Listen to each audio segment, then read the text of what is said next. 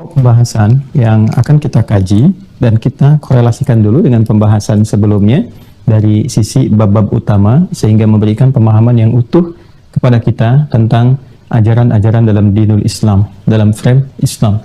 Jadi din yang kita anut, kita yakini, kita peluk bernama al-Islam. Ya, untuk itu kita disebut Muslim, orang yang memeluk Islam, meyakini Islam. Ya, inna dina indallahil Islam, sungguh ad-din yang diridhai di sisi Allah Subhanahu wa taala itu adalah Islam. Ya, wa raditu lakumul Islam dina, dan aku telah meridhai Islam sebagai din untuk kalian semua. Nah, singkatnya di dalam dinul Islam ini nanti untuk mengetahui dan mempraktekkan keindahan, kemurnian ajaran-ajaran Islam yang sekaligus juga membimbing kita semua untuk memaksimalkan tugas kita di muka bumi ini, membawa misi sebagai khalifah untuk memakmurkan, menyukseskan, menghadirkan kebaikan-kebaikan dan bersifat saling menggantikan, juga dalam saat yang bersamaan menghadirkan pengabdian kepada Allah Subhanahu wa taala. Maka puncak kesempurnaan dua misi dimaksud bisa berjalan dengan baik jika kita menjalankan tuntunan dalam syariat ini. Ya, syariat itu jalan mewujudkan semua itu, maka petunjuknya ada dalam Islam. Karena itu disebut dengan ad-din. Ya, kama tadinu tudan, sebagaimana engkau berbuat, menjalankan misi-misi dimaksud, tudan engkau pun akan dibalas. Ya kan? Jadi untuk kita berbuat sesuatu butuh petunjuk. Nah, aspek pertama telah kita selesaikan, yaitu bab yang terkait dengan keimanan. Ya, dengan pokok-pokoknya. Ini pondasinya, pondasi dasarnya. Karena tidak mungkin kita membangun sesuatu, membuat sesuatu tanpa adanya pijakan. Kita akan bersikap pun mesti ada pijakan dulu. Kita akan berbicara pun mesti ada dasar dulu. Dasar ini yang menjadikan kita bisa mengeluarkan ucapan. Kita akan memandang pun mesti ada juga landasannya dulu. Ya, dasar atau informasi awal itu yang menjadikan kita mau memandang sesuatu, menyimak sesuatu, mendengar sesuatu.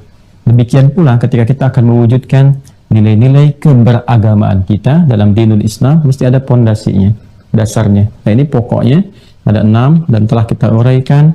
Silahkan disimak, ada sekitar 60 video yang telah kita bahas terkait dengan persoalan ini. Ini pokok dasarnya. Gagal di sini, persoalan pada selanjutnya. Karena ini adalah pondasi, selanjutnya bangunan-bangunannya. Tertata bangunan itu bila pondasinya kuat. Kuatkan ini melalui pendalaman pada nilai-nilai keilmuan yang kita telah selesaikan, disebut dengan akidah. Ya. Masih ingat ya, kalau disebutkan akidah, berarti yang dimaksudkan ikatan yang kuatnya, yang mencengkram ke dalam jiwa, sehingga dengan kekuatan yang sangat erat itu, ya, kalau kita bahasakan dengan bahasa sekarang, tentakel-tentakelnya itu menguat, mencengkram ke dalam jiwa, ya, sehingga dengan itu sulit untuk dilepaskan, dibawa sampai dengan pulang, dan kuat untuk menghadirkan bangunan-bangunan amal setelahnya.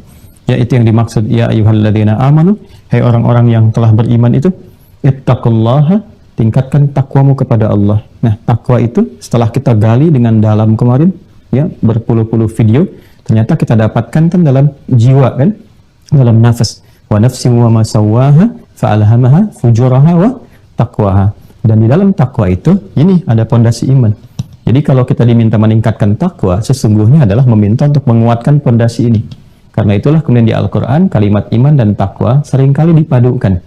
Imma dibuka dengan iman, lalu diakhiri dengan takwa, atau dijelaskan takwa dulu, lalu dijabarkan imannya, bisa terjadi. Dzalikal kitabu la raiba fihi hudal lil muttaqin. Takwa dulu. Lalu alladzina yu'minuna bil ghaib, iman.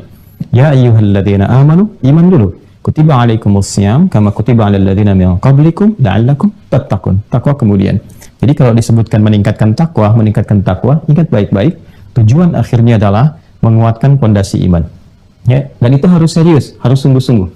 Ya ayyuhalladzina amanu, hai orang-orang yang telah beriman, ittaqullah, tingkatkan takwamu kepada Allah, ya, dengan tujuan untuk menguatkan pondasi iman ini, haqqa tuqatih, dengan cara yang benar, dengan serius, dengan sungguh-sungguh. Haqqa tuqatih itu sungguh-sungguh, serius, dengan benar, ya. Nah, kemudian kalau sudah kuat, ini akan mengikat. Ikatan ini disebut dengan akidah, seperti telah kita bahas. Nah, itu kalau sudah kuat mencengkram pada jiwa, kita bawa. Ya, dalam keadaan kita sudah tunduk patuh kepada Allah, berislam, muslim, jamannya muslimun. Maka itu yang dimaksudkan wala tamutunna illa wa antum muslimun, ya. Dan jangan sampai kalian semua wafat kecuali sedang menggenggam kekuatan akidah itu dan dalam bentuk kepatuhan pada Allah Subhanahu wa taala.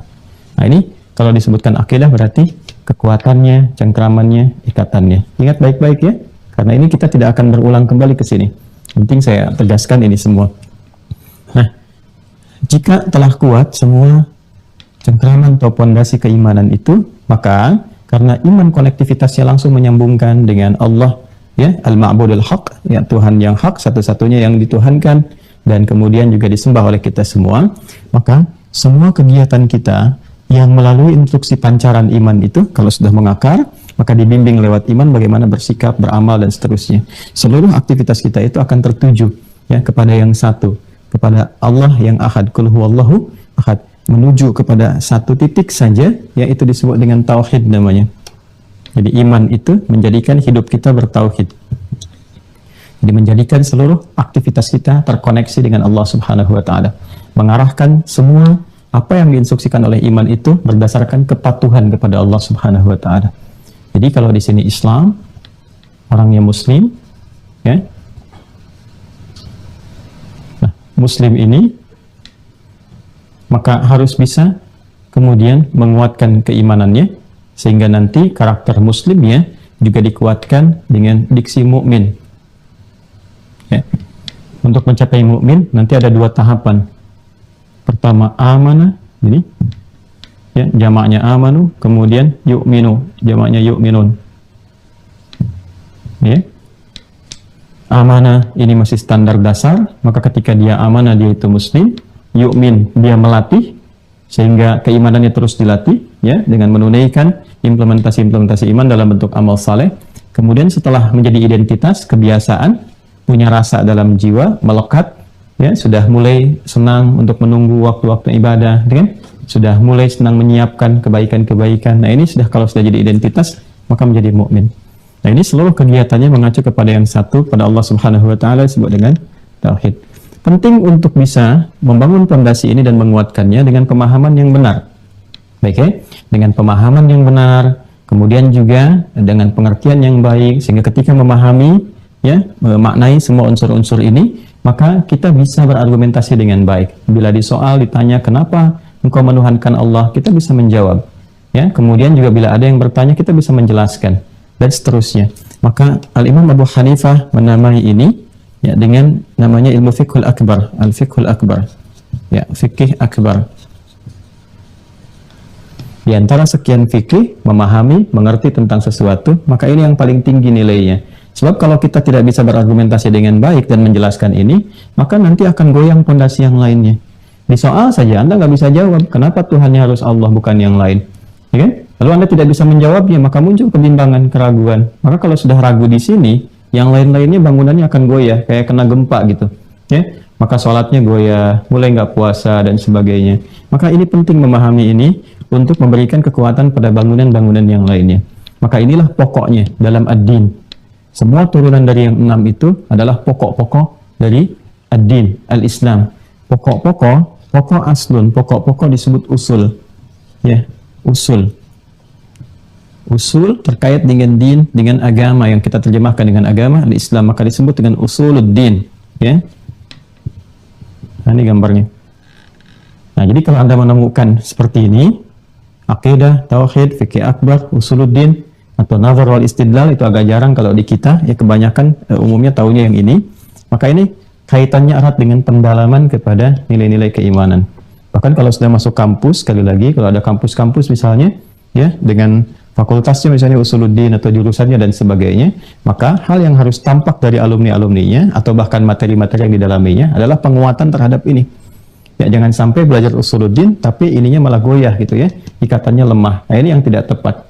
Nah, karena itu silahkan nanti teman-teman semua disimak lagi perjalanan ini dari mulai Allah membimbing kepada Rasulullah SAW untuk menyampaikan risalah Islamiyah dengan berupa awal pondasi keimanan, khususnya di fase Makkiyah itu, ya, dengan cara yang sangat sempurna, dibimbing oleh wahyu, diteruskan kepada sahabat sampai pada generasi selanjutnya dan juga sampai kepada kita sekarang. Urutan sanad itu penting karena dalam Islam segala hal yang kita pelajari, kita lakukan, itu ada turunan referensinya. Tidak boleh sembarangan mengacu pada pakem yang telah ditetapkan.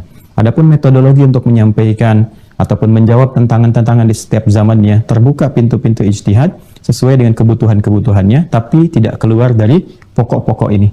Karena itulah ketika kita kemarin menuntaskan dengan hadirnya beberapa imam-imam besar di zamannya yang memberikan pendekatan dengan metodologi-metodologi yang sesuai dengan tuntutan di zamannya masing-masing, tapi tidak keluar dengan ranah ini.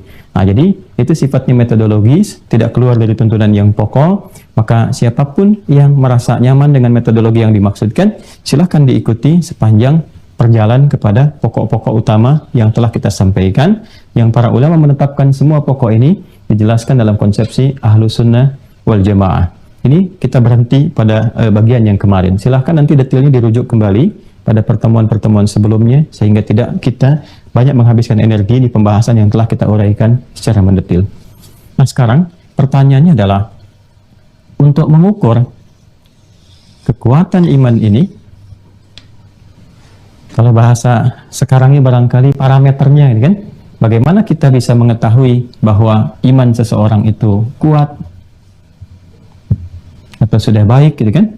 Atau bahkan excellent, istimewa, ya, kuat, bagus, ataukah standar saja?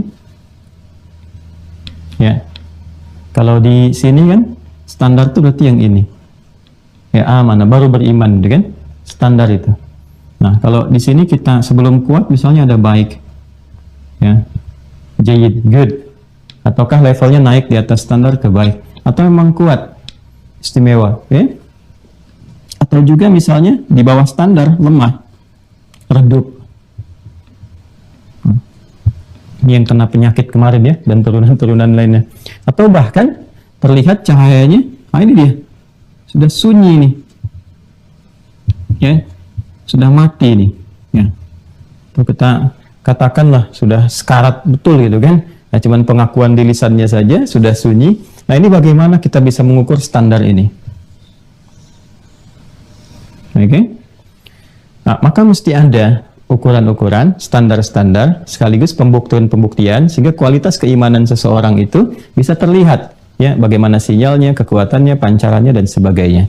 Nah, untuk itulah kemudian Allah memerintahkan kita untuk menunaikan ibadah. Ya. Muncul apa yang disebut dengan apa? Ibadah. Ibadah.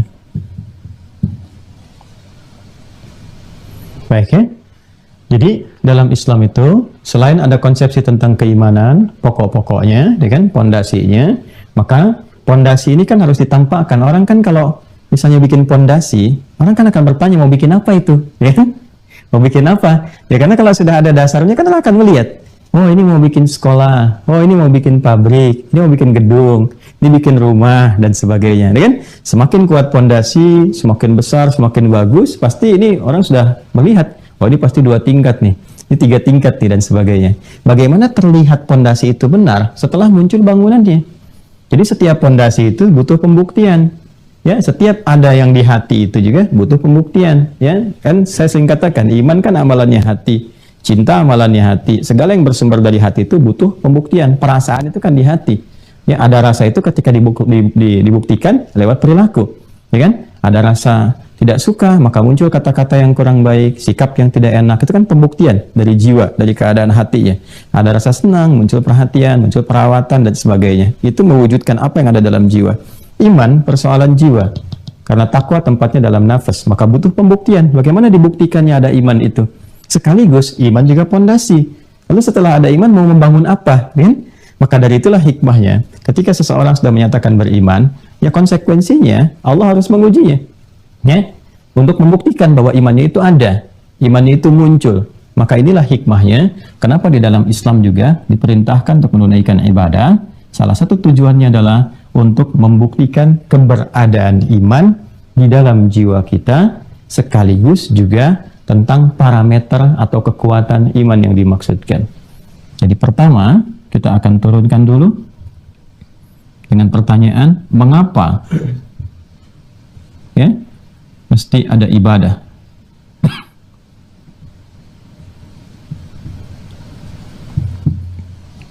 pertanyaan pertama. Jadi nanti kalau Anda ditanya misalnya, kenapa sih kamu harus ibadah? Gitu kan? Nah, kita belum bicara tentang ibadahnya. Kalau ditanya kenapa sih harus ibadah, gitu kan? Nah, kita bisa menjawab. Jawaban pertama adalah untuk membuktikan bahwa saya beriman. Ya, saya yakin kepada Allah. Loh, kalau saya tidak beriman, misalnya kan, ya, bagaimana saya bisa membuktikan ya bahwa saya ini harus beribadah? Jadi kalau misalnya saya mengatakan saya beriman, saya yakin dengan Allah, pembuktiannya apa? Jadi saat ini saya beribadah, untuk membuktikan keimanan saya, keyakinan saya kepada Tuhan saya, ya, kepada Allah Subhanahu wa Ta'ala. Sebab kalau saya nggak lakukan ini, artinya dipertanyakan keberadaan iman saya. Ya, saya beriman, buktinya apa? Ya kan? Ya, kalau Anda ditanya misalnya, ya apapun dalam kehidupan kita, ya misalnya, ya taruhlah Anda orang tua ditanya, Bapak sayang kepada anak? Ya, saya sayang Pak. Tapi nggak pernah diwujudkan, ya nggak kelihatan. Perhatiannya bagaimana, dengan merawatnya seperti apa dan sebagainya. Demikian kepada pasangan atau dalam kehidupan kita. Ya, sama di kantor juga begitu. Apakah para pegawai semua komit untuk membantu perusahaan ini bekerja dengan maksimal, ya, membantu perusahaan sukses? Siap, kami komit. Tapi nggak pernah ditujukan. Kerjanya enggak, jadi kan ya cuman iya komit aja. Kan kalau sudah komitmen diucapkan di lisan harus dibuktikan kan. Nah, sekarang kalau Anda ditanya kenapa Anda mesti ibadah, Anda jawab bagian pertama untuk membuktikan keimanan saya kepada Allah. Jelas ya? Ini bagian pertamanya. Sekaligus ibadah ini pula menjadi ukuran standar tingkat keimanan seseorang. Jadi yang pertama sebagai pembuktian, ini jawaban dasarnya tentang keimanan kita pada Allah Subhanahu wa Ta'ala. Yang kedua sebagai parameter, ya, tingkat keimanan kita kepada Allah Subhanahu wa Ta'ala. Nah, ini yang dimaksudkan teman-teman sekalian, bagian pertama ini, yang pembuktian keimanan itu nanti ada di Quran surah ke-20 Thaha ayat 14. Ini petunjuknya. Sudah? Ini. Kita bacakan. A'udzubillahi minasyaitonirrajim. Innani anallah. Sungguh akulah Allah. Okay? Kata Allah Subhanahu wa Ta'ala, la ilaha illa ana. Tidak ada yang dipertuhankan satupun, ya, kecuali aku, kata Allah. Berarti kalau sudah la ilaha, kan, itu perkara iman kan? Ya, iman itu kan kalau sudah kita ikrarkan, kita katakan asyhadu an la ilaha illallah, ya kan? Nah, maka Allah menyampaikan innani anallah, ya kan? Innani anallah.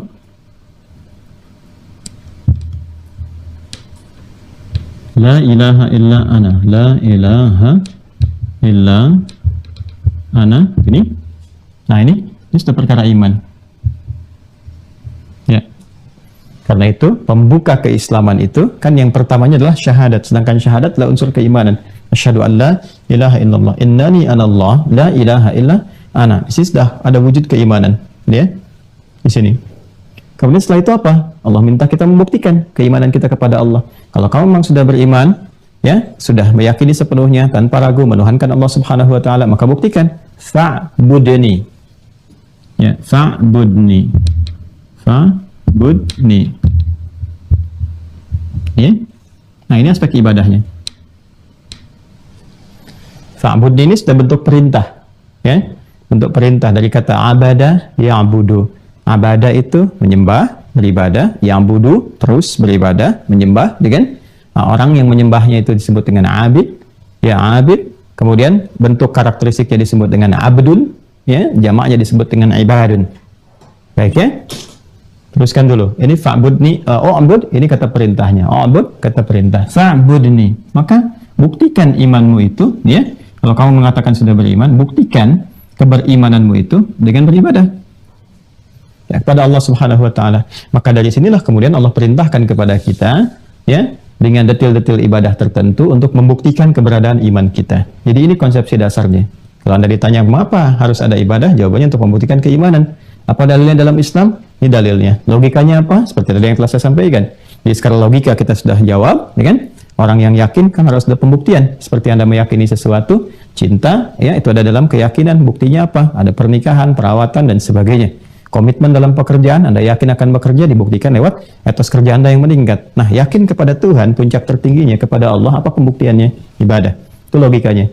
Nah, ada nggak di kitab kamu perintahnya? Ada. supaya menunjukkan bahwa semua jalur yang terkait dengan pola ibadah kita, berislam kita, itu bukan asal-asalan, bukan buatan manusia, bukan kreatif manusia, tapi Tuhannya langsung membimbing. Ya Allah Subhanahu wa Ta'ala. Kemudian dari sini kita akan lihat dengan menunaikan ibadah yang dimaksudkan, maka ini akan jadi parameter tingkat keimanan. Ya, parameter tingkat keimanan kita. Jadi untuk mengetahui apakah ibadah seseorang kuat, ya kan? Apa iman seseorang kuat, istimewa, standar saja, atau lemah, redup, diantaranya bisa dilihat dari sini. Ya, dari aspek ibadahnya. Kelihatan kalau seseorang itu sedang ibadahnya bagus, ya, semakin bagus dia ibadah menunjukkan semakin kuat imannya. Ya, sama saja orang tua kan kalau semakin dia perhatian pada anak, ini menunjukkan semakin sayang kan kepada anaknya. Tapi kalau dia abai dan sebagainya dan seterusnya, tidak pernah memikirkan anak dan seterusnya, maka ini menunjukkan bahwa rasa yang ada dalam jiwanya itu tentang perhatian kepada anaknya dan sebagainya itu lemah kan, redup kan. Berarti ada sesuatu yang lain tuh yang menjadikan dia fokus terhadap sesuatu itu sehingga tidak memberikan perhatian sempurna kepada anak dengan turunan-turunan yang lainnya. Macam-macam nanti sifatnya.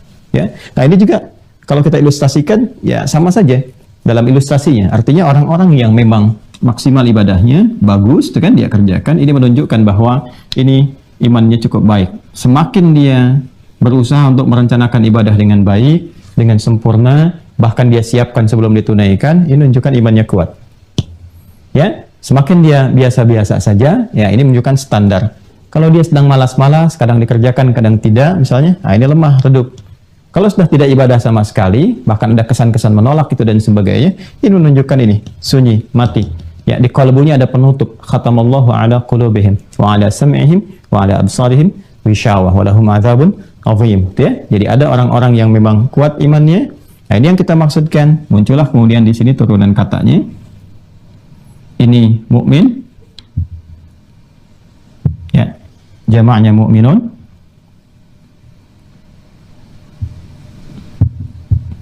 Kemudian di sini masih kata kerja yu'min untuk menunjukkan usaha, jamaknya yu'minun. Yang standar aman, jamaknya amanu. Ini tingkatan dasarnya. Ya. Jadi yang paling standar tuh yang ini, amana. Ini standar nih. Ya, jamaknya apa? Amanu. Ya, jadi kalau sudah mengatakan beriman, maka konsekuensinya nanti akan dilatih dengan ibadah untuk membuktikan benar nggak beriman, ya kan? Nah, ini standar. Nanti turun perintah-perintah. Nanti kita akan keluarkan di Al-Quran supaya tidak cepat melompat. Ya. Jadi kalau ada kata ya ayyuhalladzina amanu, gitu kan? Jamak biasanya bentuknya. Orang-orang yang telah beriman, nanti kerjakan ini, kerjakan ini, kerjakan ini, atau tinggalkan ini, dan seterusnya. Nah itu ujian standar, dikerjakan nggak? Ya, kalau sudah konsisten mengerjakannya, ini maka berubah jadi yu'minu. Jamaknya yu'minun. Ini sudah konsisten. Ya, jadi dia sudah nggak harus diperintah lagi, ya, sudah dikerjakan ibadahnya. Apakah itu nanti sholat kah misalnya, atau yang lainnya kah, dia sudah konsisten mengerjakan itu. Nah, kalau sudah menikmati ini semua, sehingga melahirkan kehusyuan, kenikmatan untuk mengerjakan ibadah, ya kan? Kemudian sudah otomatis terbimbing oleh imannya, jadi identitas dalam kehidupan, sudah jadi mukminun. Karena itu ketika seseorang mendapatkan identitas mukminun, itu amalannya sudah melebihi batas standar, sudah di sini levelnya, sudah kuat, istimewa. Ya, qad aflahal mu'minun, Quran surah 23 itu ada surahnya, qad aflahal mu'minun. Siapa orang-orang mukminun itu? Alladzina hum fi salatihim khashi'un, itu salatnya sudah khusyuk. Ya? Walladzina hum 'anil lagwi mu'ridun, yang enggak penting sudah ditinggalkan. Ya, karena iman itu hanya mengarahkan pada yang penting-penting, yang tidak penting diabaikan. Jadi sebetulnya kalau Anda ingin jadi orang penting, maka berimanlah. Karena orang beriman itu kalau benar imannya hanya mengerjakan yang penting-penting aja. Ya, maka Anda akan jadi orang VVIP di hadapan Allah Subhanahu wa taala. Ya. Very very important person gitu kan. Orang-orang yang sangat istimewa gitu. Jadi yang enggak penting dia tinggalkan. Salatnya khusyuk. Walladzina hum lizakati fa'ilun. Dia berusaha untuk mendapatkan bagian zakat ya. Jadi orang ini tuh melihatnya sepanjang ada peluang ibadah, jadi cara berpikirnya tuh ingin menunjukkan kekuatan iman aja. Sepanjang ada peluang ibadah, dia akan kejar terus. Nah, dengan harta ada zakat, dia berusaha mencari harta untuk zakat. Bukan untuk kaya. Kalau kaya biasa. Karena orang yang belum beriman pun bisa kaya. Itu biasa. Orang beriman berpikirnya begitu. Ya, jadi perlombaannya bukan dunia. Kalau dunia itu ya bukan tipikal orang beriman. Ya, orang beriman itu kan wabil akhiratihum yuqinun. Ya kan? Ya, jadi menjadikan dunia ini sebagai jembatan saja, jembatan aktivitas beramal untuk meraih bekal-bekal terbaik menuju akhirat. Jadi orientasi dia akhirat. Ini orang beriman tuh bukan dunia perlombaannya, sekali lagi ya. Jadi kalau ada orang berilmu, dia beriman, maka ilmunya dia akan arahkan untuk kepentingan bekal akhiratnya. Jadi kalau ada orang kaya pun dia beriman, maka dia mencari kekayaan itu bukan untuk dunia. Ya, apalagi sifat-sifat yang dananya, yang rendahnya, seperti pamer misalnya, hanya untuk ya menampilkan kemewahan dan sebagainya, bukan ke situ. Kalau itu dunia, ya. Orang beriman itu dia mencari harta, jadi kayanya itu untuk menjadi bekal pembuktian keimanannya. Ini gambarannya. Kalau dia pejabat, maka dia akan berusaha dengan jabatannya itu membuktikan keimanannya, cari bekal akhiratnya, bukan ingin sekedar mencari kedudukan dan sebagainya. Nah ini gambaran-gambarannya, levelnya yang ini. Ini excellent, ini kuat, istimewa. Ya, kalau baik ini masih yu'minun. Jadi kalau di sini kita katakan istimewa, ya. Kalau ini kita katakan mulai kuat. Kalau ini masih standar. Nah, kalau di bawah ini nanti, nah, kena penyakit nih, teman-teman sekalian. Sudah mulai meremah, sudah mulai meredup. Ini macam-macam nih istilahnya nih. Ya, bisa jadi nanti bermaksiat, ya karena maksiat, asa, gitu kan? Asa, gitu kan? Karena maksiat, ya, atau bergeser, ya karena kefasikan, fusuk, gitu kan? Nah, dan seterusnya, atau karena kezaliman, zulmun, gitu kan? Nah, kalau sudah ke sini, mati ini jadi kufur. Kufur. Ini penyakitnya bisa banyak, bisa riddah, ya, orang yang disebut murtad sudah kita bahas, kan? Nah, murtad itu menghabiskan semua, ya, melenyapkan sinyal-sinyal iman itu. Kalau sudah lenyap, ya sudah, nggak ada getaran-getaran lagi, nggak ada ibadah lagi. Orang sudah murtad nanti nggak mau ibadah. Ya, nanti semakin tinggi tingkat kemurtadannya, nah, semakin bukan yang nggak ibadah, dia menyoal ibadah yang telah dia kerjakan. Itu yang paling bahaya. Faulaika habitat a'maluhum fid dunya wal akhirah. Maka habislah semua apa yang dia kerjakan dari bangunan ibadahnya, baik di dunia ataupun di akhirat, nggak ada nilainya. Ya. Ini karena riddah. Bisa juga nanti nifak mengantarkan kepada kekufuran. Nifak juga bisa mengantarkan kepada kekufuran. Nih, penyebab ini juga bisa nifak. Di sini bisa nifak, ya, nifak. Orang disebut dengan munafik. Ya, dan bisa mengantarkan pada kekufuran sini. Nah, ini dari yang standar yang ini, kemudian yang lemah ini yang mati atau redup, bukan hanya redup, mati dia, senyap, ya, lenyap, ya, ini yang kufrun. Ini yang khatamallahu ala qulubihim. Qalbunnya di mana? Ya di sini kan? Ya. Qalbun itu kan letaknya di sodrun. Dalam sodrun ada qalbun, dalam qalbun ada nafas, dalam nafas ada ini, ada iman. Ya, ini kalau sudah kufrun, sudah selesai nih, jadi persoalan. Ya, tinggal nanti apakah dia mau kembali, ya tentunya dengan doa-doa, dengan dakwah di sekitaran dia kan dan sebagainya. Kalau dia mau kembali, hidupkan lagi cahayanya. Kalau bertahan sampai wafat, ya selesailah di sini. Nah, ini gambaran yang pertama. Jadi kalau ditanya mengapa kita ibadah, jawabannya ini, ya untuk membuktikan keimanan kita kepada Allah. Yang kedua, menunjukkan parameter tingkat keimanan kita. Bagi orang beriman, ada di mana posisi imannya. Jelas ya? Baik. Kalau sudah jelas ke sini semuanya, maka kita bisa memahami ketika Allah Subhanahu wa taala memberikan sekali banyak gambaran kepada kita berupa perintah-perintah, bahkan tujuan kehidupan kita dengan menjadikan ibadah, ya, bagian dari misi terpenting keberadaan kita di muka bumi ini. Maka turunlah misalnya Quran surah ke-51 ayat 56, Adz-Dzariyat ayat 56. Udah ya? Perhatikan baik-baik teman-teman sekalian. Jika Allah berfirman, "Wa ma khalaqatul jinna wal insa illa liya'budun." Dan tidaklah aku ciptakan jin dan manusia itu, kita fokus pada alam kita, pada manusia, di penciptaan manusia. Manusia. Ya.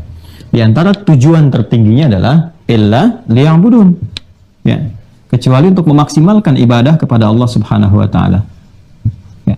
Ternyata di antara tujuan kehidupan itu, tujuan hidup, tujuan kehidupan atau esensi kehidupan itu, ya, ini yang paling menariknya adalah ini. Dijadikan oleh Allah adalah ibadah sebagai bagian dari tujuan terpenting pada kehidupan, esensi kehidupan. Nah, ini apa rahasianya di sini? Ya, bukan hanya ingin menunjukkan bahwa tujuan hidup kita itu esensinya adalah ya menuhankan Allah Subhanahu wa taala, menyembah Allah Subhanahu wa taala. Itu sudah pasti. Karena dengan ibadah kita membuktikan kebertuhanan kita kepada Allah Subhanahu wa taala. Inti hidup kita kan untuk menyembah Allah, mengabdikan diri kita kepada Allah. Ini sudah pasti. Tapi ada sesuatu yang sangat menarik gitu, ya. Karena ternyata untuk mendukung misi kita pun di dunia sebagai khalifah. Ini rahasia terpenting ya dalam kehidupan. Jadi semua nyambung dalam Islam itu. Ya, untuk mendukung misi terpenting kita pun ya sebagai khalifah di bumi, ya, khalifah di ardun, di bumi, kita sebut saja dengan bumi ardunnya, ya, Quran surah ke-2 ayat 30. Ya. Itu bisa sukses misi ini jika memang semua yang dikerjakan itu bentuknya dalam ibadah, dalam bentuk ibadah. Frame-nya ini. Ya. Dan ini sudah bawaan asal dari kehidupan, bawaan asal kehidupan. Karena itu menggunakan kata khalaqa. Wa ma khalaqtu. Ya, masih ingat nggak waktu dulu saya terangkan derivasi kata khalaqa itu? Ya, khalaqa itu kan penciptaan. Mencipta kan? Dari yang tidak ada menjadi ada. Dengan semua materi yang dimiliki oleh penciptanya sendiri. Ini verbnya. Ya. Infinitifnya ini kata kerja asalnya. Verb. Khalaqa. Yakhluqu itu bentuk mudhari' terusannya. Yang penciptanya disebut khaliq. Khaliq pencipta, Allah Subhanahu wa taala. Ini kata kerjanya mencipta. Sudah ya? Ini kata kerjanya. Iqra bismi rabbikal ladzi khalaq, ya? Yang menciptanya disebut khaliq namanya. Dan satu-satunya di muka bumi yang menyebut dirinya khaliq itu Allah. Ya, silahkan cek di kitab manapun Anda bisa cari yang langsung Tuhannya berkata saya khaliq. Anda temukan di Al-Quran. Ya, Quran surah ke-15 ayat 28. Wa idh qala rabbuka lil malaikati inni khaliq. Ya, dan ingatlah pelajari ketika Rabbmu berfirman kepada para malaikat, ya inni khaliq, sayalah khaliq, saya pencipta. Kan?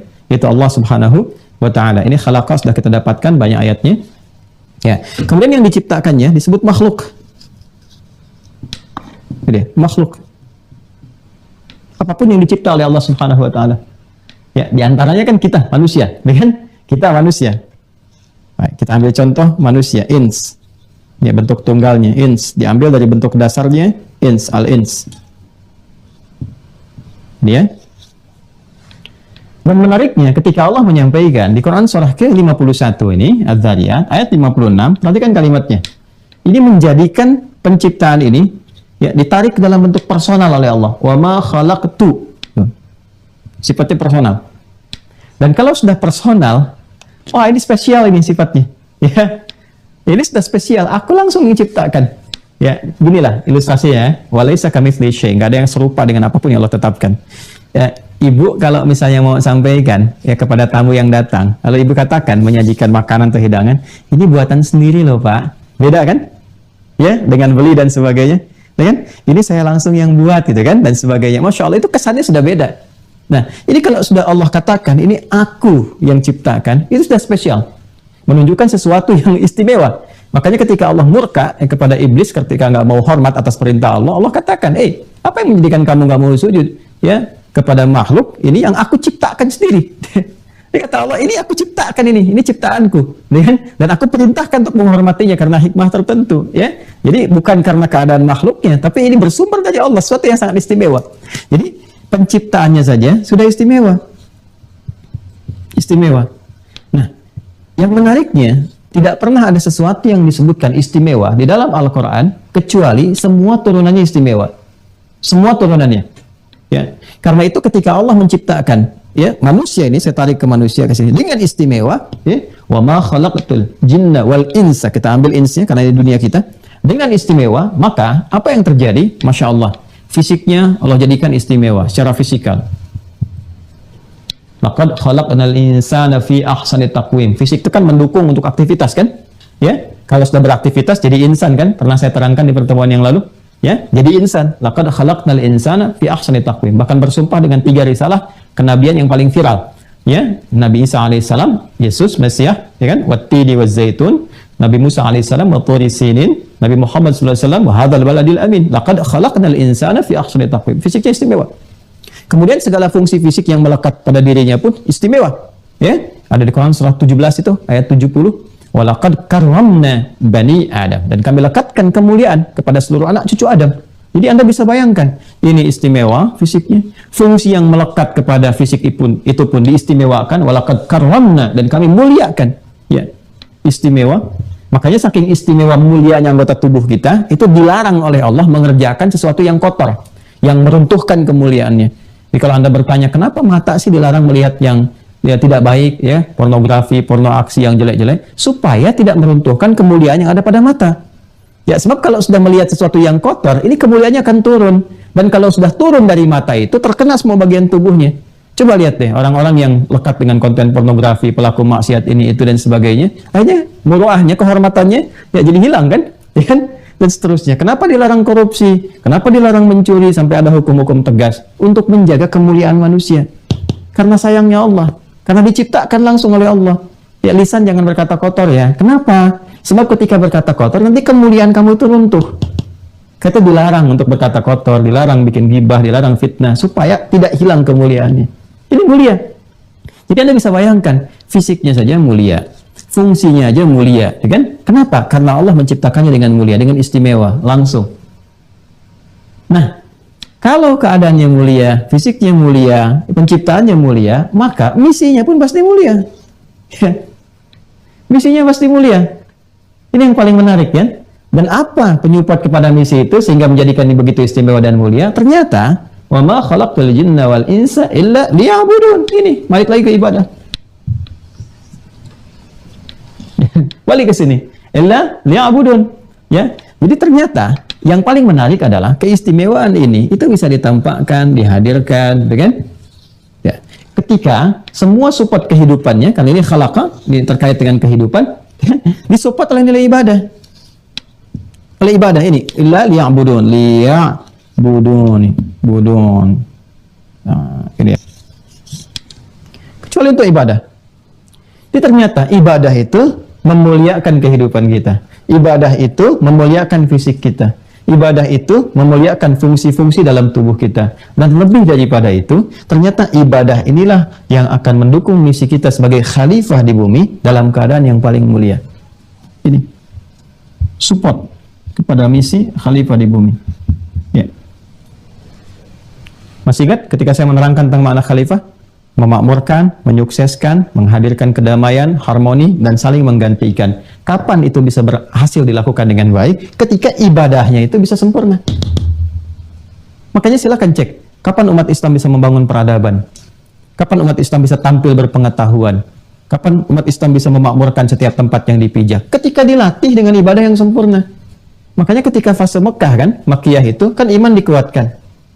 Diimplementasikan lewat ibadah. Begitu turun perintah ibadah, ada sholat, ada zakat, ada puasa, ada haji, terus dihayati maknanya, ditunaikan dengan benar. Apa yang terjadi? Muncul peradaban. Dibawa kemanapun sukses.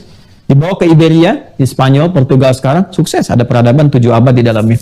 Ya, dibawa ke wilayah Persia, di Irak, ya, Baghdad, Kufah, sukses.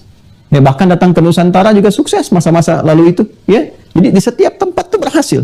Dan dahsyatnya, karena ibadah ini support dalam segala hal fungsi kehidupan manusia itu, bukan hanya sebagai fungsi yang terkait dengan interaksi dunianya, bukan. Tapi semua keterkaitan ke fisiknya, semua jadi sempurna. Ya, Anda bisa kebayang nggak orang yang ibadah kalau ibadahnya benar itu? Coba lihat deh. Ketawaduannya, kesopanannya, kejujurannya, kesabarannya, kerendah hatiannya, puncaknya ada di sini. Karena ini gitu, karena ibadah ini. Ya. Jadi kalau kita ingin mendapatkan kemuliaan dari esensi kehidupan kita, ya, maka dasar paling utama ini ada di sini, di ibadahnya. Ya. Seakan-akan kalau bahasa bebasnya seperti itulah. Jadi kalau ada orang tidak ibadah, ya, jadi fungsi penciptaannya ini menjadi sirna gitu. Ya, seakan-akan dia mengabaikan fungsi penciptaannya. Ya, bergeser, maksudnya bergeser keluar dari fitrah ke kemanusiaan dia, dari fitrah ke penciptaan dia. Ya, jadi seakan-akan dia keluar aja dari jalur penciptaan. Jelas ya? Nah, ini bahasa tegasnya demikian. Jadi kembali lagi ke sini, kalau kita katakan mengapa ada ibadah, ini jawaban pertama, kan? Kemudian sebagai parameter, dan saat yang bersamaan ibadah juga akan mensupport semua kesuksesan misi, ya, sebagai khalifah di muka bumi, sekaligus juga memberikan kekuatan-kekuatan kepada kita dan keindahan dalam bersikap. Ini gambarannya. Jadi kalau kita mengerti dengan beribadah itu akan melahirkan berbagai keistimewaan, kemuliaan-kemuliaan yang dimaksudkan, maka dalam menjalani ibadah itu akan lahir motivasi. Ya. Karena mengetahui hikmahnya. Ini dia. Paham esensinya. Jadi nanti begitu Allah turun perintahkan untuk ibadah, dan kita ngerti ini. Ya, dasar ini, kenapa saya awalkan dasar ini? Supaya nanti saat turun detailnya ibadah, kita sudah mengerti. Oh, diperintahkan ke sini tujuannya untuk ini. Oh, diperintahkan begini, ternyata hikmahnya ini. Kalau kita paham, ibadah itu bisa memuliakan kita, membuat tampilan kehidupan kita lebih baik, menunjukkan esensi penciptaan diri kita, membantu kesuksesan dalam beraktivitas di bumi. Kalau paham semua ini, maka nggak ada orang malas ibadah. Makanya setiap detil ibadah itu selalu melahirkan motivasi hikmah. Coba lihat deh ketika sholat, panggilannya aja sudah menghadirkan kebahagiaan. Hayya 'alas shalah, ya kan? Ditanya, kenapa harus sholat? Hayya 'alal falah, supaya bahagia, supaya sukses. Kan falah itu bahasa Inggrisnya success and happiness kan? Ya, zakat, ketika Anda bertanya, kenapa pasti zakat misalnya? Dijawab, zakat menjaga keadaan diri engkau supaya tidak tamak dengan dunia, menumbuhkan sifat sosial supaya dalam berkehidupan itu bisa menumbuhkan rasa-rasa perhatian, berbagi, saling menguatkan, dan seterusnya, ya kan? Ya, menyucikan jiwa, menambah lagi harta, dijelaskan caranya, begini orientasinya, ya. Kenapa saya harus puasa? Puasa bisa mengontrol kemuliaan diri kamu, di dalamnya itu ada nafsu bisa kamu kendalikan, sehingga tampil kemuliaan kamu, keistimewaan kamu. Bukankah saat puasa kamu terjaga fisiknya dengan baik? Tidak ada orang mau dusta, tidak ada orang mau gibah. Bukankah itu latihan untuk menyempurnakan fisik? Saat puasa engkau meningkatkan sholat, tambah lagi kebahagiaan dirimu. Makanya orang bahagia, mau tarawih aja bahagia, rebutan saf aja bahagia. Ibu-ibu naruh sajadah itu waktu di masjid saat tarawih, itu kan kebahagiaan tersendiri. Itu kebahagiaan tersendiri. Dan kisahnya dikenang bisa 11 bulan, bisa jadi kekangenan hanya untuk naruh sajadah aja. Makanya kita merindukan masa-masa itu kan. Ya, jadi ada sesuatu yang sangat luar biasa gitu. Gak ada yang hampa dari hikmah. Jadi kalau paham kita beribadah itu karena ini dan bisa terdorong kesuksesan ini, maka sekalipun tidak ada satupun manusia yang akan malas menunaikan ibadah. Nah, sekarang persoalannya, ya tidak semuanya, tapi ada sebagian orang-orang yang mengatakan telah beriman itu nggak paham tentang ini. Jadi ketika diperintahkan ibadah, ya kadang-kadang seringnya bukan samina wa ata'na. Harusnya kan kalau imannya sudah bagus, samina wa ata'na, samina wa ata'na. Ya, yang terjadi samina wa sa'alna, samina wa nanyaina. Gitu kan? Kami dengar, kami tanya dulu, kenapa begini, kenapa begitu? Kenapa sholat 5 waktu? Ada nggak dalil di Quran? Nah, ini jadi persoalan. Kenapa kita nggak paham ini? Jadi yang menjadikan kita memulai dengan dasar filosofis ini, ya, kalau kita di logika itu atau di filsafat turunannya ya, dalam turunan-turunan untuk mengkonstruksikan semua pikiran kita jernih itu, nanti ada ontologi, ada epistemologi, ada aksiologi, ya kan? Epistemologinya apa gambarannya ini? Dasar-dasarnya kan di keimanan. Epistemologi ibadahnya apa? Sehingga nanti ada ontologi dan akhirnya aksiologi. Ya, jadi ada apa lagi yang tadi itu? Ya, apa dari ontologi, epistemologi, aksiologi. Jadi ada aksi itu berdasarkan ilmu, ada logosnya.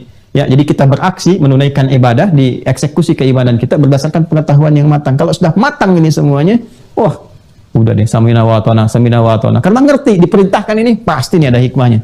Apa nih hikmahnya? Dan hikmahnya nggak jauh-jauh dari sini.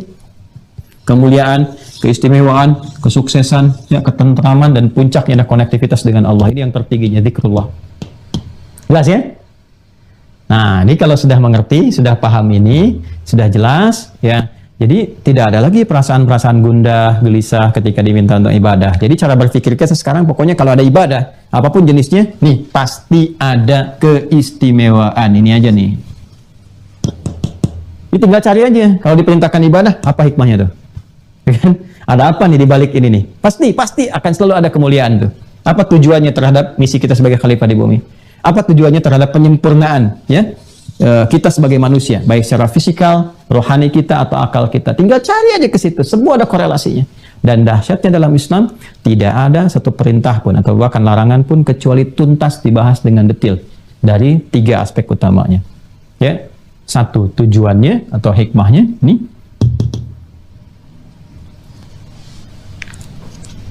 Kedua, caranya.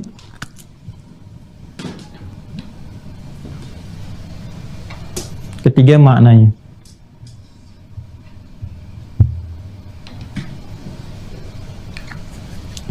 Ya. Dan yang paling dahsyat, ada referensi yang tersambung kepada sumber asalnya, dalilnya. Ini nih yang menjadikan kita tuh istimewa.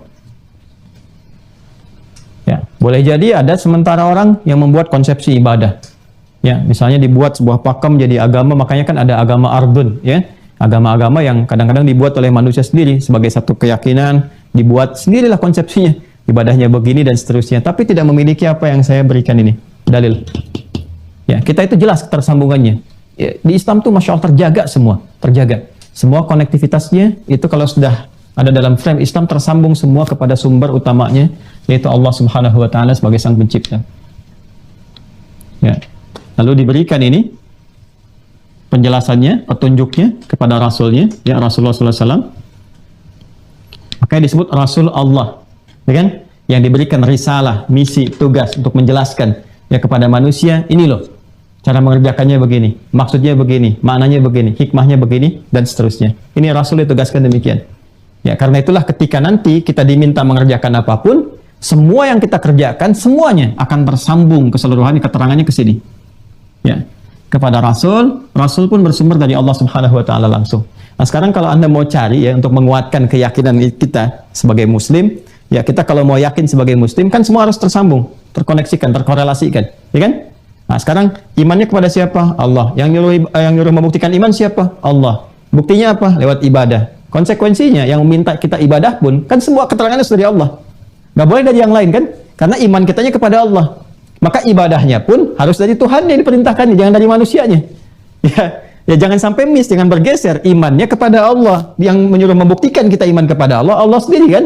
Maka yang harus membuktikan itu harus memberi jalan kepada kita. Bagaimana cara membuktikannya? Nah, jalan itulah dalam bahasa Arab disebut dengan syara'ah. Konsepsinya disebut dengan syariat namanya.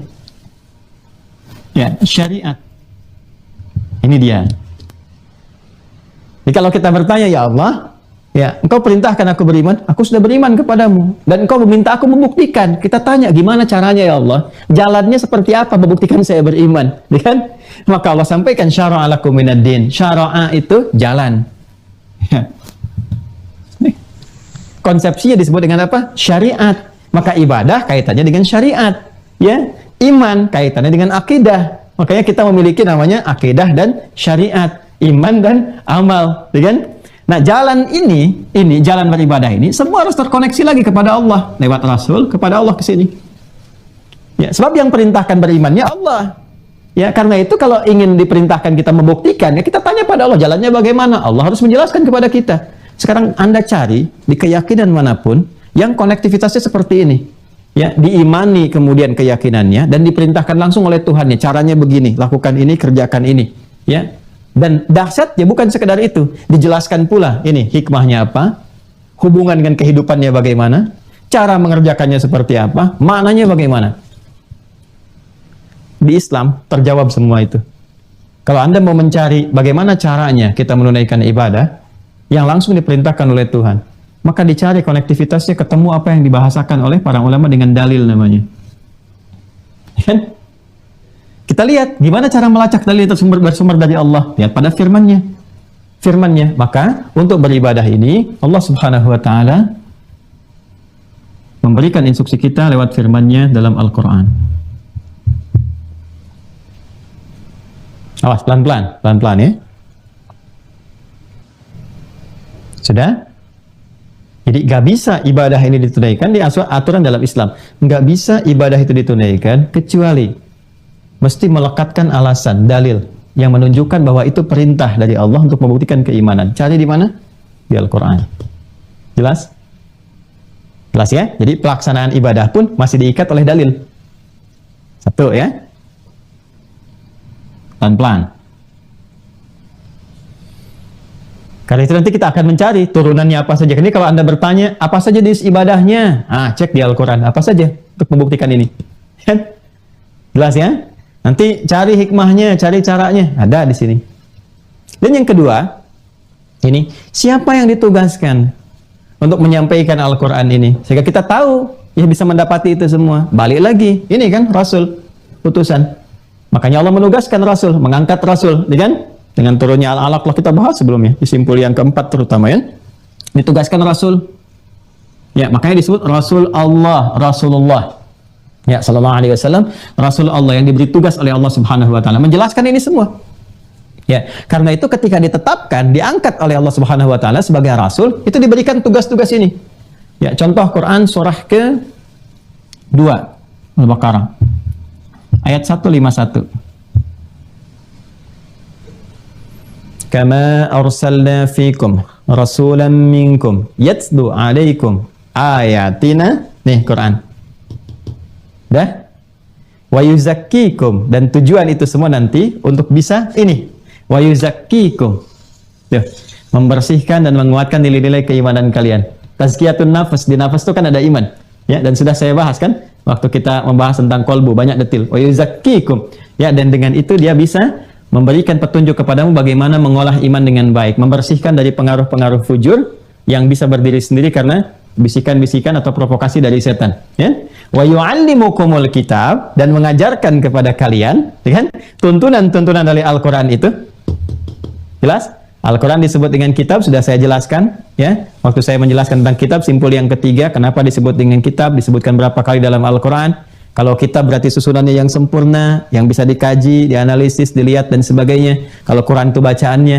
Jadi artinya yang diajarkan oleh Nabi itu, kita bisa akses kemudian kali. Nah ini wujudnya. Ada mushaf, ya kan? Ya, kita bisa lihat dan seterusnya. Wa yu'allimukumul kitab, dan cara kita memahami ini semua, nggak boleh masing-masing menyimpulkan sendiri. Ya, nggak bisa turun di Quran perintah ibadah sholat, terus kita kreasi, mau sholat sendiri, nggak bisa. Harus mengikuti ajaran Nabi. Ya, ini dahsyatnya dalam Islam itu. Jadi ibadah pun nggak sembarangan. Temukan dulu dalilnya yang disampaikan Nabi, dan cara memahami itu pun harus lihat bagaimana Nabi mengajarkannya. Nggak bisa kita kreatif sendiri. Ya, Nabi contohkan kita, ya ibadahnya begini, begitu kita kerjakan.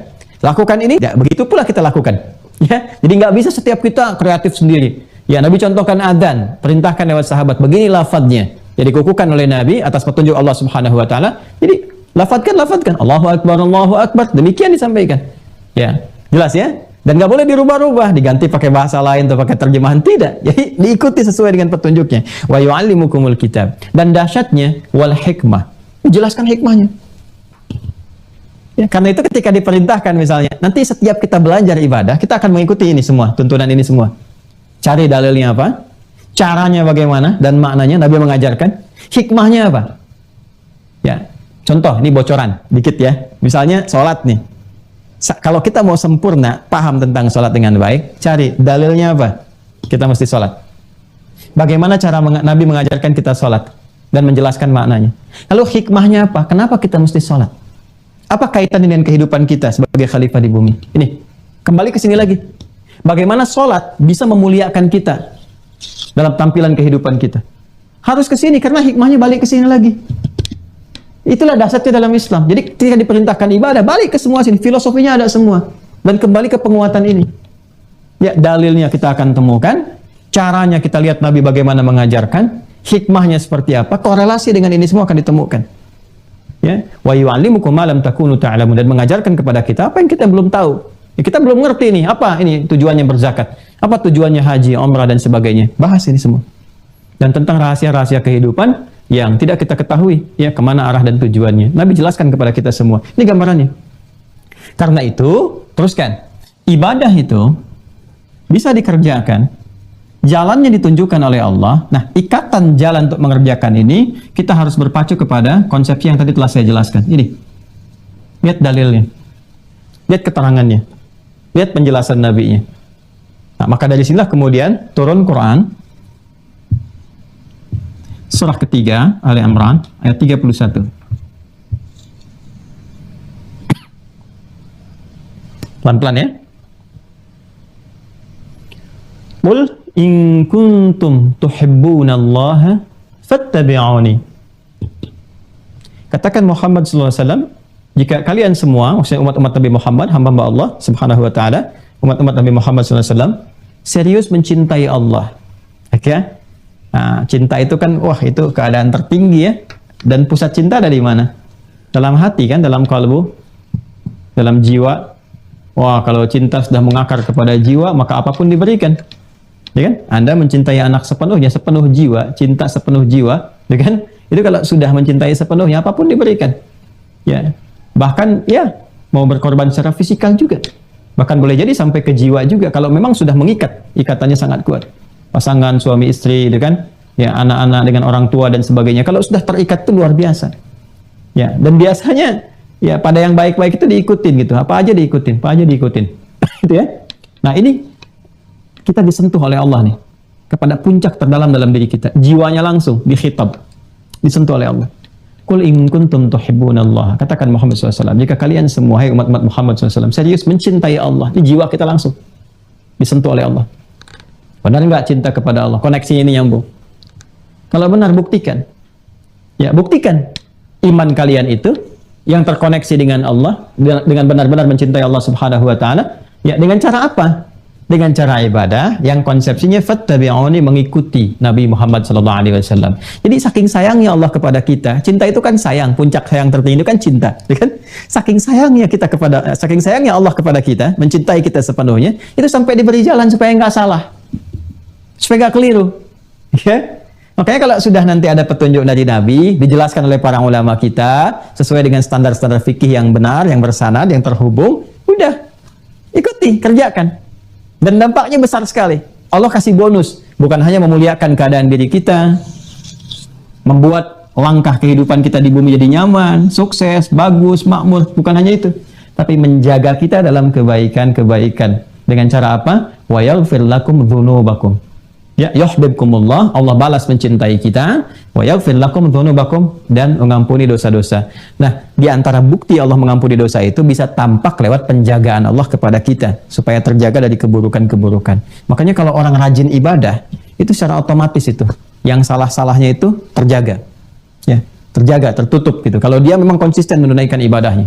Nah, jadi makanya orang-orang yang rajin sholat, rajin baca Quran, gitu kan? Nah, dan seterusnya itu kalau benar dikerjakannya, benar, tahu hikmahnya, ya, tahu caranya, tahu maknanya, belajar dengan bagus, maka hal pertama yang muncul dalam dirinya adalah kebaikan-kebaikan. Ya, sabiquna fil khairat. Jadi orang-orang yang pionir dalam kebaikan-kebaikan. Nah, ini gambarannya. Nah, jadi di sini kita dapati satu kesimpulan, ya, pelan-pelan ya. Ya, pertama, terkait dengan ibadah ini, Islam menjelaskan kepada kita tujuannya apa. Sudah? Jadi kalau saya bertanya, kita ujian, ditanya apa tujuan dari ibadah, Anda harus bisa menjelaskan, ya? Yang tadi saya uraikan. Baik terkait dengan pembuktian iman, penjagaan ya terhadap kemuliaan manusia, ataupun support kepada misi sebagai khalifah di bumi. Jelas ya? Ini tiga yang pokok. Jadi kalau ditanya apa tujuan ibadah, ada yang terkait dengan pembuktian dan parameter keimanan, pembuktian iman kita kepada Allah, ukuran keimanan kita. Yang kedua, ada yang terkait dengan penjagaan ini, kemuliaan kita sebagai manusia. Dan yang ketiga adalah terhadap support, ya, menjadi support, penopang, pendukung terhadap kesuksesan misi kita sebagai khalifah di bumi. Ini agak dalam sekali kajiannya ya, tapi saya berharap bisa menyampaikan secara runtut sehingga mudah untuk dipahami. Yang kedua, dasar kita beribadah. Dasarnya apa? Ya, jadi kalau ditanya nanti, dari mana kamu tahu ya kalau ibadahnya harus begini? Ya, kita harus bisa menjelaskan. Nah, inilah indahnya kita. Dasarnya kita punya jalannya, ada syariatnya. Ya, kalau sudah disebutkan dasar, berarti ini kaitannya dengan dalil.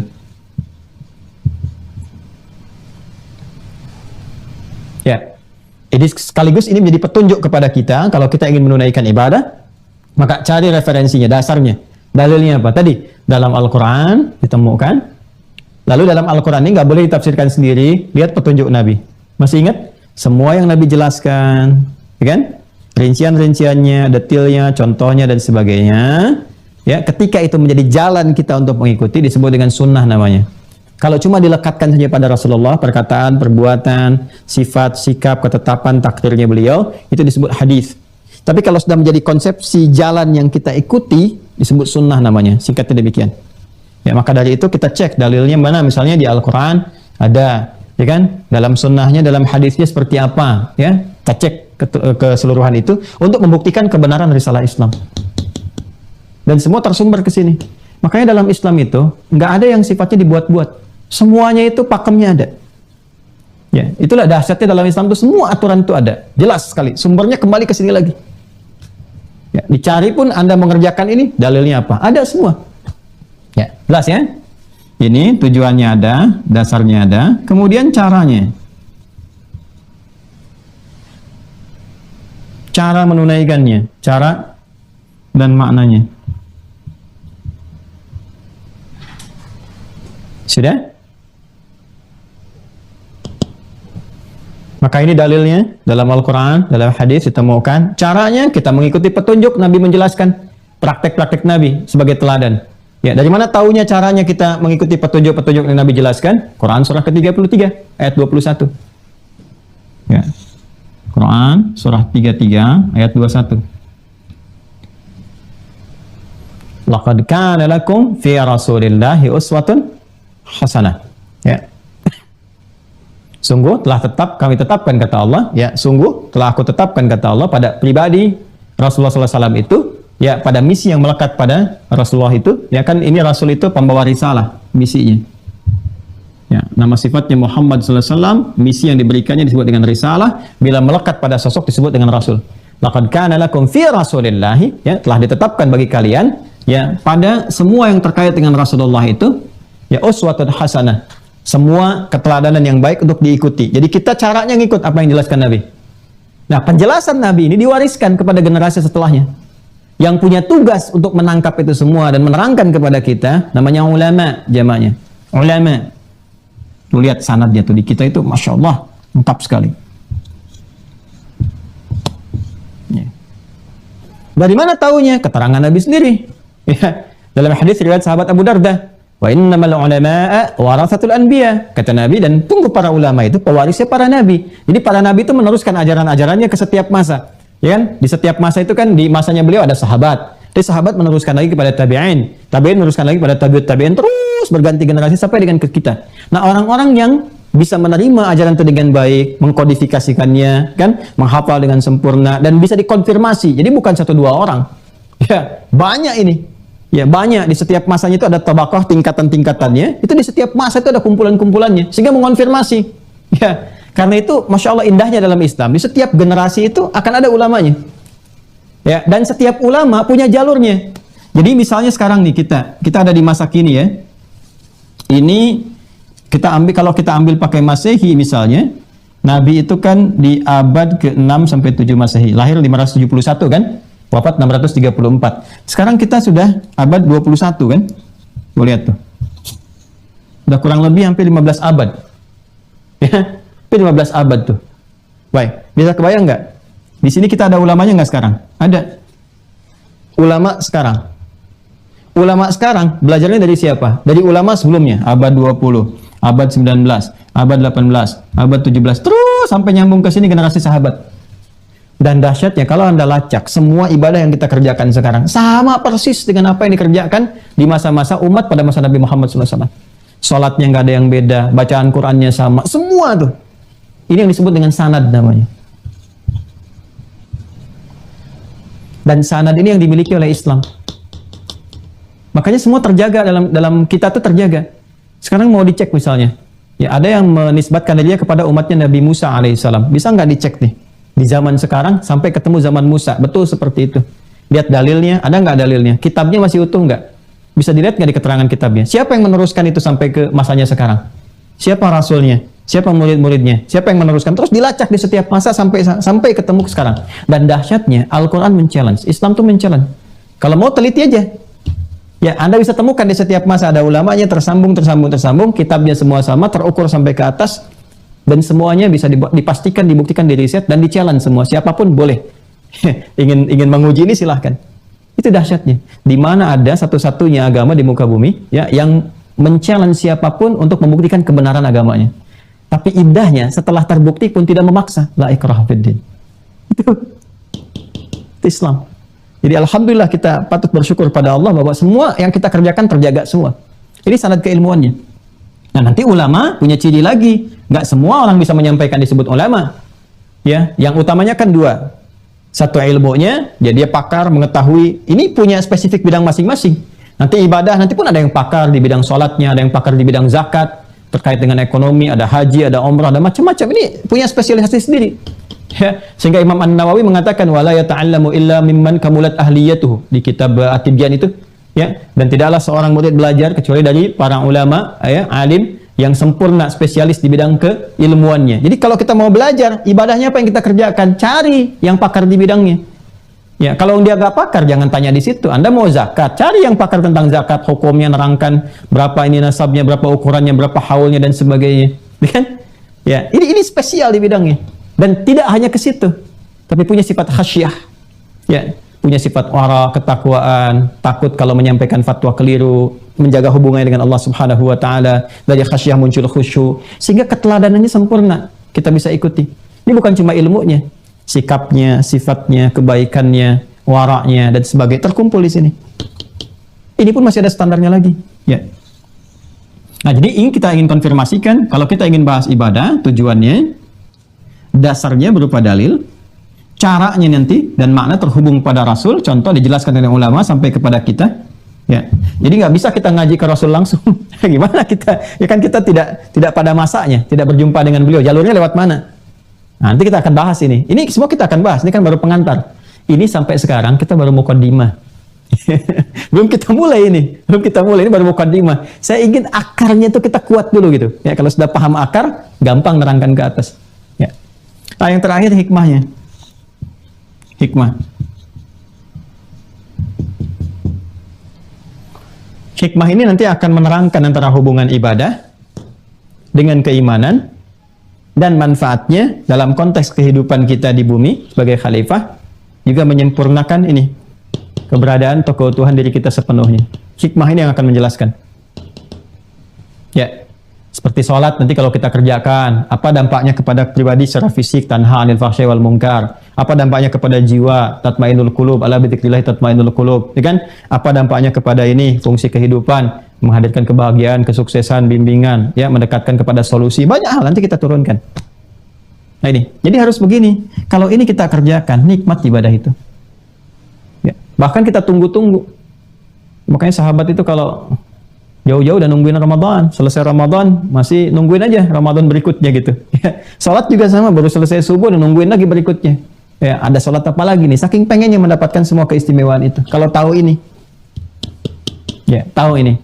Nah, kadang-kadang persoalannya ini tujuan dan dasar filosofis yang nggak dikaji.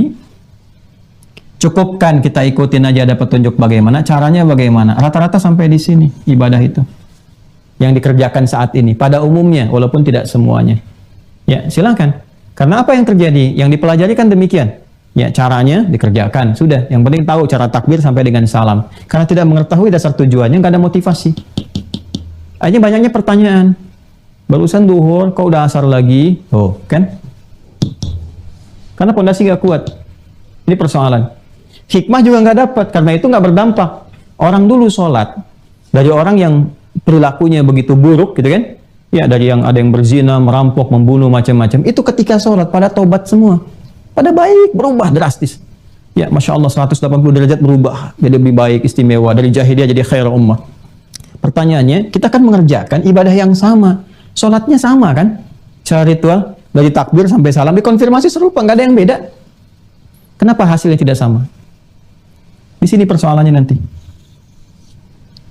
Di hikmahnya. Ya, padahal ketika Allah kemudian memberikan perintah kepada Nabi untuk menjelaskan kepada kita konsepsi ibadah, hikmah itu melekat. Bahkan ini doa pertama yang dimintakan oleh Nabi Ibrahim dan Nabi Ismail alaihissalam ketika mereka memohon ada nanti terlahir Rasul penutup di dekat Ka'bah. Karena Rasul penutup itu mulia, lahirnya harus di tempat yang mulia, waktunya pun mulia. Maka di Al-Baqarah ayat 129, Quran surah 2 ayat 129 itu hikmah disertakan. Rabbana wab'ats fihim rasulan minhum yatlu 'alaihim ayatika wa yu'allimuhumul kitaba wal hikmah wa yuzakkihim innaka antal azizul hakim. Nah, ini gambarannya. Nah, karena itu semua pembahasan tentang ibadah ini kita akan ikat dengan 4 pendekatan ini. Tujuannya, dasarnya berupa dalil, dan caranya, maknanya, dan hikmahnya seperti apa. Jelas sampai sini? Wah, kalau jelas, nah inilah muqaddimahnya.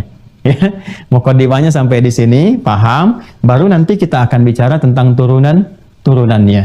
Ya, 1, apa saja detil ibadah, detil ragamnya atau jenisnya yang diperintahkan oleh Allah Subhanahu wa taala kepada Rasulullah agar dijelaskan kepada umatnya, dikerjakan oleh umatnya demi membuktikan keimanan itu, sekaligus hikmah menyempurnakan tugas sebagai khalifah di bumi dan juga keberadaan pribadinya itu. Ya, secara singkatnya, apa detil atau ragam ibadah, jenisnya apa saja, ada apa aja gitu di ibadah itu. Oke, itu satu. Dua, ini akan kita bahas. Dua, dari setiap detil yang diturunkan ini, bagaimana konsepsi ya menunaikannya sesuai dengan tujuan-tujuan yang dimaksudkan itu. Detil pelaksanaannya.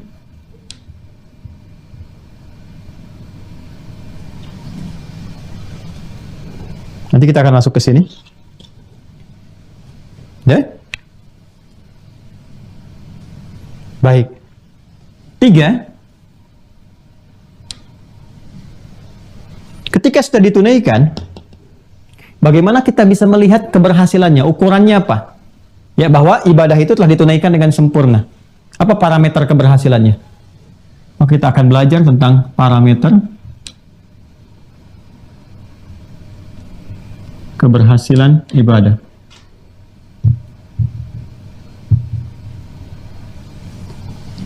Misal, Anda, saya, kita sholat. Ya kan? Perintahkan, detil. Pertama misalnya sholat. Bagaimana pelaksanaan sholat itu? Maka kita turunkan ini. Lalu setelah selesai sholatnya, bagaimana tahunya kalau sholat kita itu berhasil? Cirinya apa? Tandanya apa? Sampai ke sana. Nah, harus ada itemsnya itu apa aja tuh? Ya, 1, 2, 3, 4, 5 misalnya. Atau penanda keberhasilan kita. Kalau belum sampai ke sana, maka kita harus koreksi. Boleh jadi, apa miss-nya? Persoalannya ada di mana? Mungkin di detil ya. Caranya nggak seperti yang diajarkan Nabi misalnya. Ya kan? Kita belum mengerti tentang hikmahnya, kita belum paham tentang tujuannya, kembalinya ke sini lagi. Nah, 3 inilah yang akan kita bahas. Baik-baik ya? Ya, yang akan kita pahami, yang akan kita pelajari sampai kita paham dan mengerti. Dalam bahasa Arab, paham dan mengerti itu disebut fikih namanya. Fikih. Oke.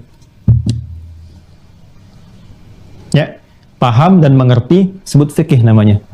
Dan ini isyarat dalam Al-Quran bahwa mempelajari semua ini terkait dengan ibadah itu, Allah meminta kita bukan sekedar menunaikan, tapi juga ya menghadirkan pemahaman terhadap apa yang akan kita pelajari itu sehingga terasa kehusyuan. Ya, dan kenikmatan dalam menjalankannya. Perintah yang mengandung unsur pemahaman, perintahnya disebut tilawah namanya. Tilawah.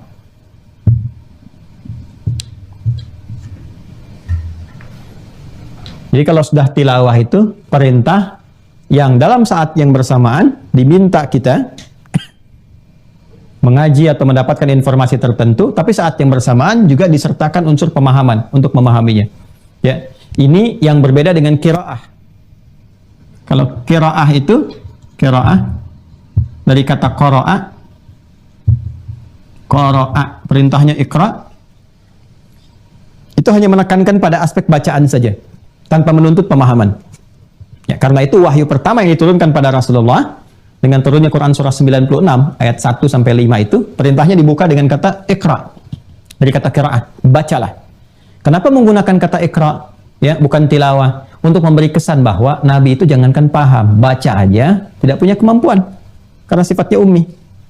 Ya, tapi kalau sudah diberikan ajarannya, diberikan kesempurnaannya, dibimbing oleh malaikat dan seterusnya, ternyata ketika masuk kepada konsepsi ibadah, berubah katanya dari iqra, menjadi bentuk perintah kata tilawah, yaitu utslu. Utslu, ini. Tala yatslu tilawatan, kata perintahnya utslu.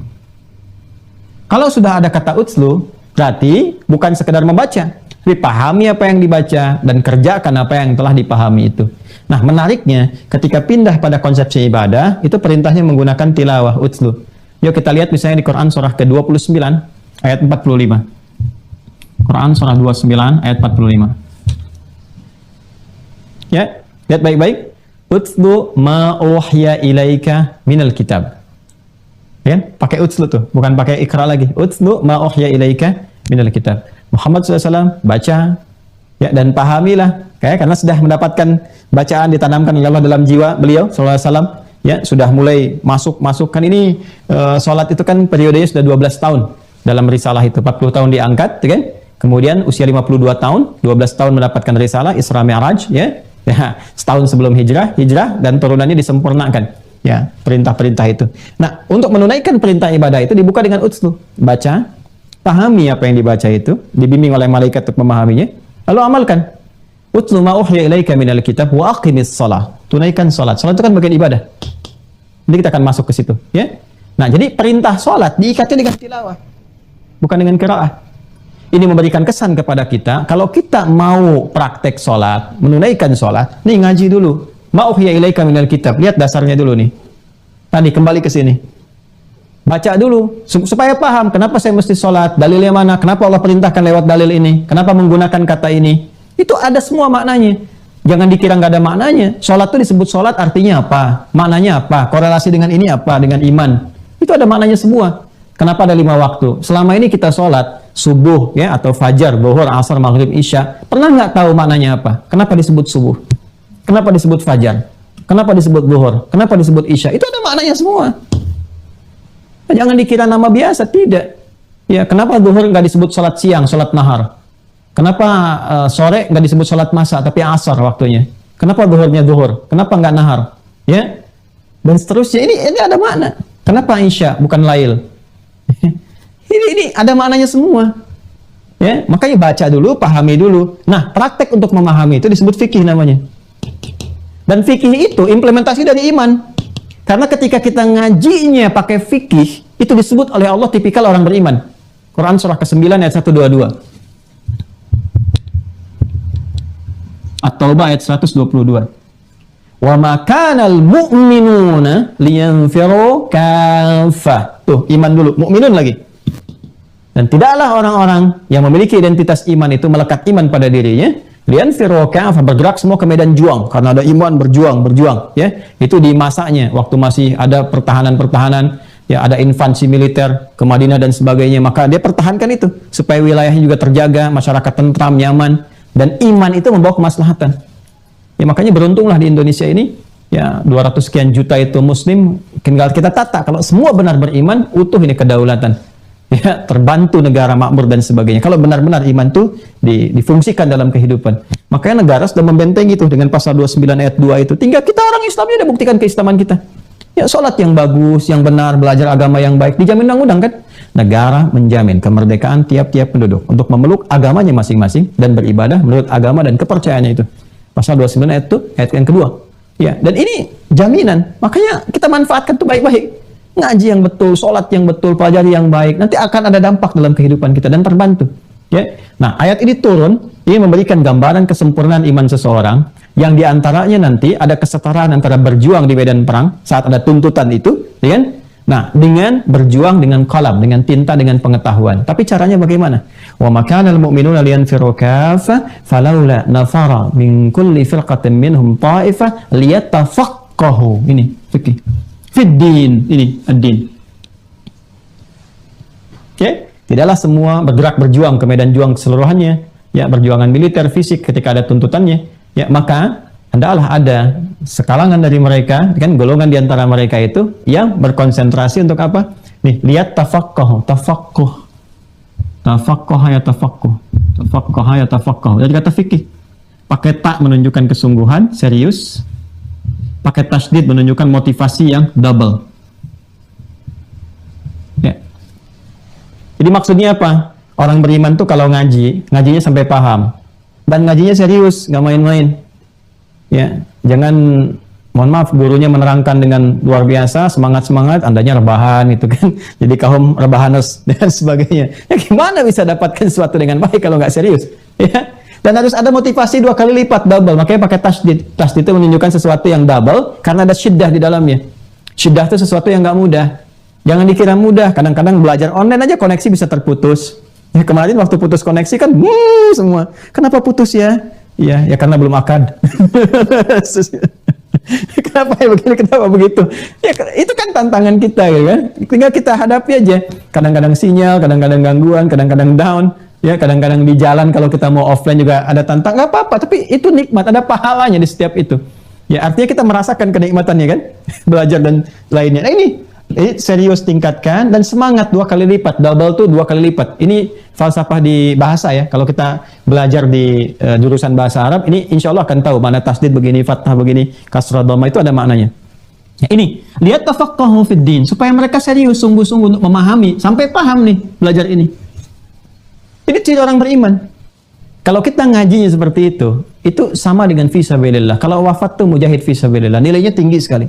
Tinggi sekali. Nah, baru setelah itu kita share, kan? Like, share, komen belakangan. Kan? Dari mana dalilnya share? Waliyudhiru qaumahum idza raja'a ilaihim la'allahum yahdharun. Ya, dan supaya mereka membagi lagi, ajarkan kembali kepada orang-orang yang nggak belajar. Mungkin Anda dimirakan yang ikut mungkin bapaknya, ibunya, yang lain nggak sempat ada aktivitas. Ini kalau udah dapat kumpulkan. Makanya saya bekali kan dengan buku tulis. Saya minta bikin intisari supaya di-share lagi, ada jariahnya. Ya, ada legasi yang kita tinggalkan saat pulang, dibaca kembali dan sebagainya. Ya, dan mendapatkan level yang sama dalam keimanan. Ini puncaknya.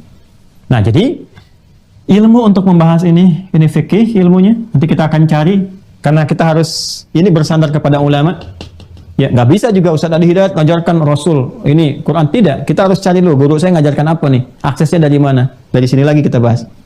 Maka kita cari kitab-kitab fikih untuk menurunkan detail ini. Jadi tugas kita selanjutnya adalah pertama menurunkan detailnya dulu, ragam ibadahnya apa saja. Kemudian pendekatan ini untuk menerangkan detail pelaksanaannya bagaimana, kita pakai fikih. Ya, misalnya nanti kita temukan pertama sholat, ya kan? Nanti dari situ bagaimana detailnya, lihat fikihnya. Ya, nanti setelah ini kita belajar hikmahnya. Kitabnya kita turunkan nanti untuk mendapatkan turunan-turunannya. Nah, ini mukaddimah pertama yang saya sampaikan dalam pembahasan aspek ibadah. Dan kita ada 2 mukaddimah. Ya, satu ini ibadah, ya. Yang kedua nanti kita akan membahas tentang alur ibadah, ya. Perjalanan tentang dalil-dalil itu seperti apa rumusan-rumusannya. Jadi kalau kita bicara nanti dari zaman Nabi, kita akan bahas ini dulu dari zaman Nabi kepada sahabat nanti diterima oleh siapa saja. Tabi'in menerima siapa saja sampai ke kita, sehingga kita kenal ulama-ulamanya dan mengetahui corak dalam ibadah itu. Fikihnya kan ada pakai fikih nih. Nah, kita taunya itu kesambung ke Nabi itu dari siapa? Nah, saya mau terangkan ini dulu. Kalau setelah ini baru masuk kitab. Ya, sekarang kan kita ada di abad 21 nih, kan? Nabi sendiri di abad ke-7 menerangkannya tuntas. Gimana cara kita tahu bahwa apa yang kita kerjakan sekarang ini tersambung kepada masa Nabi? Harus ada jalur kan? Harus kita pahami dulu. Nah, dengan membahas alur ini, kita bisa yakin bahwa apa yang kita akan pelajari ini semua benar sumber informasinya. Jadi kita telusuri alur referensi ibadahnya. Itulah yang akan kita bahas di pertemuan berikutnya, sehingga nanti jelas turunan-turunan ini, dan di situ nanti akan kita temukan seperti kita membahas akidah. Ya, apa yang disebut dengan madhab, ya kan? Apa yang disebut dengan bid'ah, apa yang disebut dengan turunan yang lainnya, di situ kita akan temukan. Kalau sudah jelas ini, baru kita masuk kepada detail ibadahnya.